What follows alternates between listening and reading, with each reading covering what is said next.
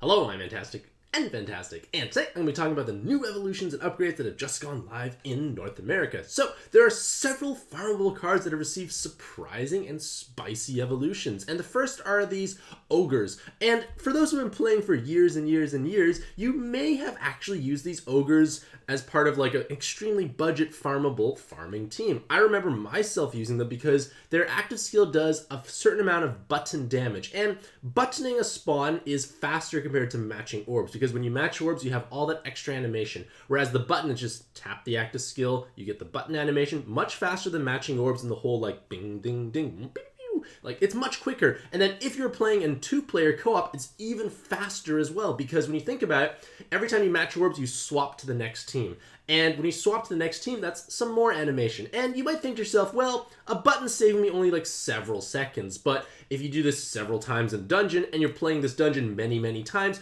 those several seconds quickly add up to being something meaningful. So with that being said, having these Ogres return to their kind of former glory of cool buttons is kind of exciting. And the reason why I say they're cool buttons is, well, they get 3 skill boosts, which is definitely helpful, but their active skill is a 15-turn cooldown, so it's definitely something you can actually have ready in co-op, and well, obviously in co-op and then definitely in solo mode as well.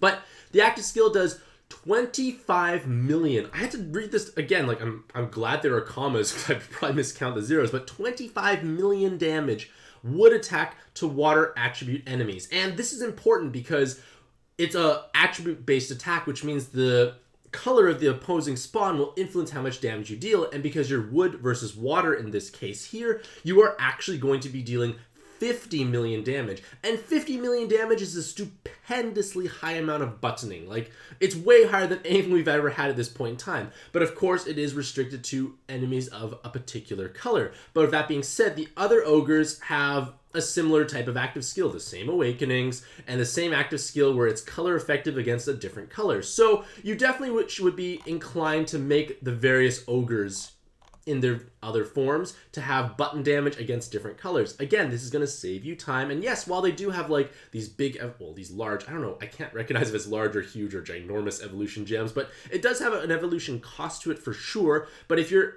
in the mindset of trying to save yourself time, these are gigantic buttons that you can't really replicate elsewhere. So it's just something cool to have in the back of your pocket, so to speak, and they are farmable, which means, you know, all of us can actually get these Ogres.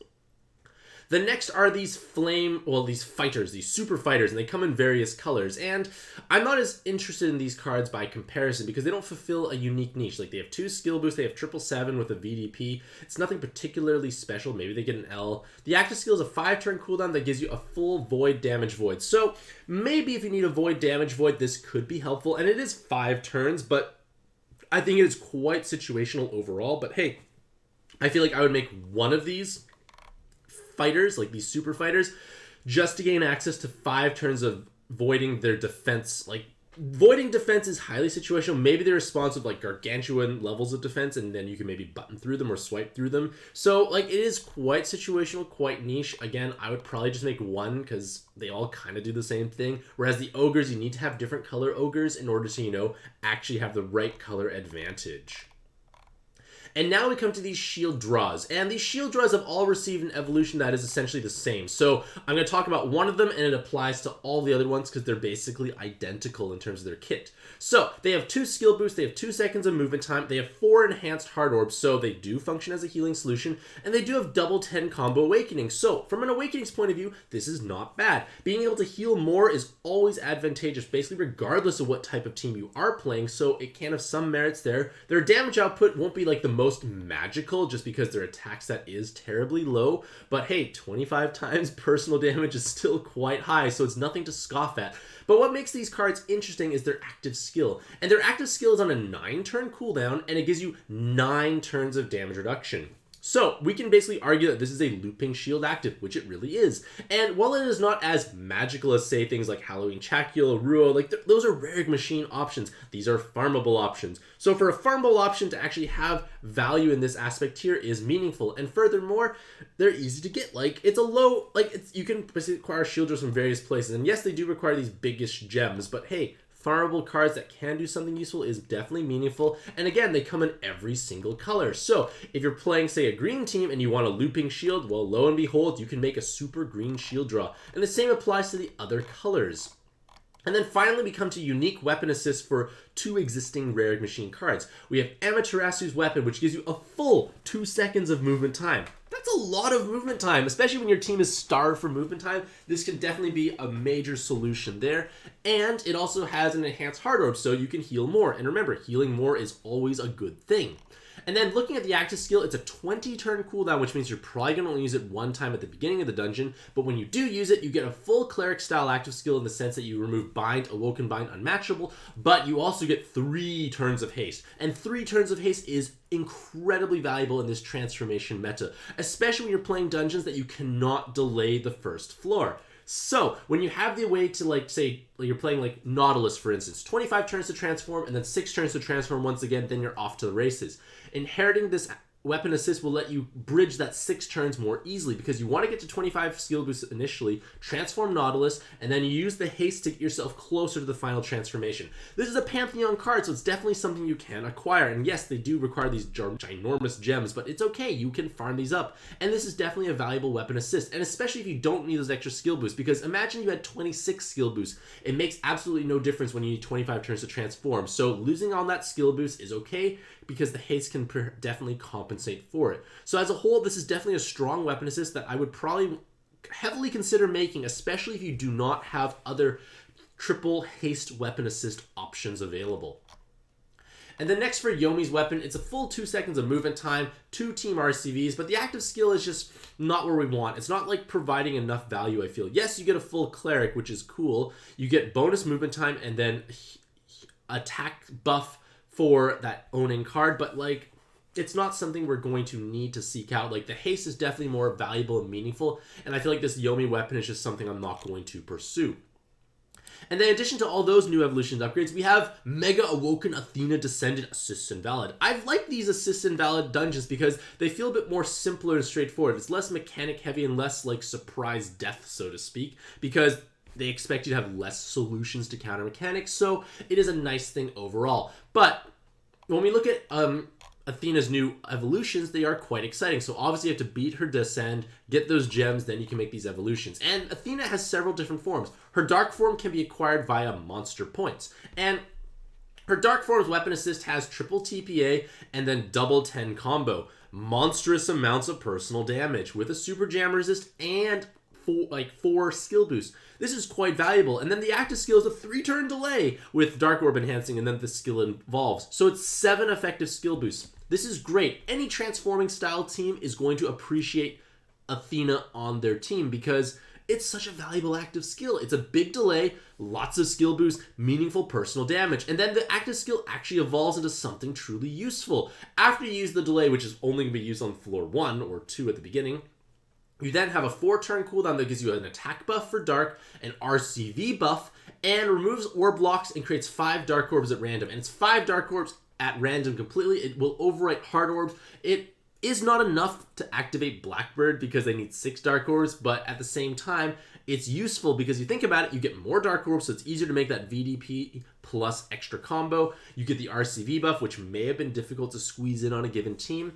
It may cover unique colors if you're playing all attribute style dungeons. Overall, it's a powerful card, and with these TPA latents, or TPA awakenings, they can in theory utilize the TPA latent as well. Or the unmatchable latent, I should say. So basically, the unmatchable latent will clear 1 turn of unmatchable per TPA owned by the card, and then per TPA or 4 match you actually do for those respective colors. So Athena definitely can be utilized on a wider variety of teams if you need an unmatchable clearing solution.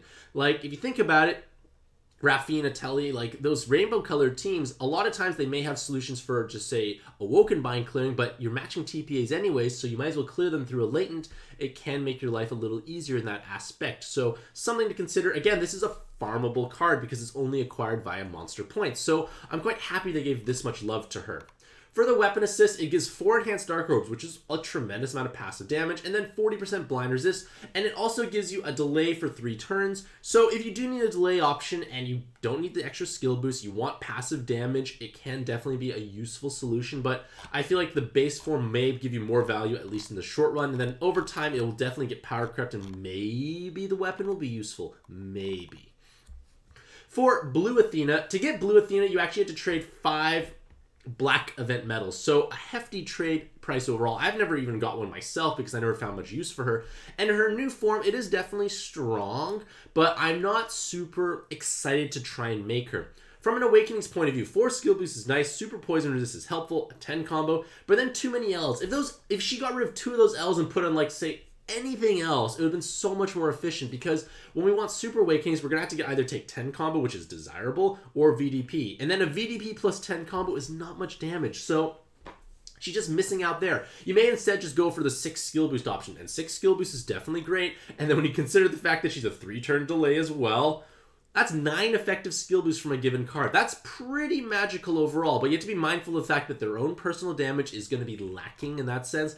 The active skill is still helpful. It's the same style as the dark form in the sense that you get an attack buff for water, an RCV buff, and you remove locked orbs and get 5 water orbs at random. In theory, Royal Oak can at least activate every single time, so I guess that he has that going for him there. Maybe you don't have, well, you probably would have Blue Valkyrie's Seal. I was going to say, like, this could be a good green solution, but you have to beat Valkyrie's dungeon before you can play Athena's dungeon.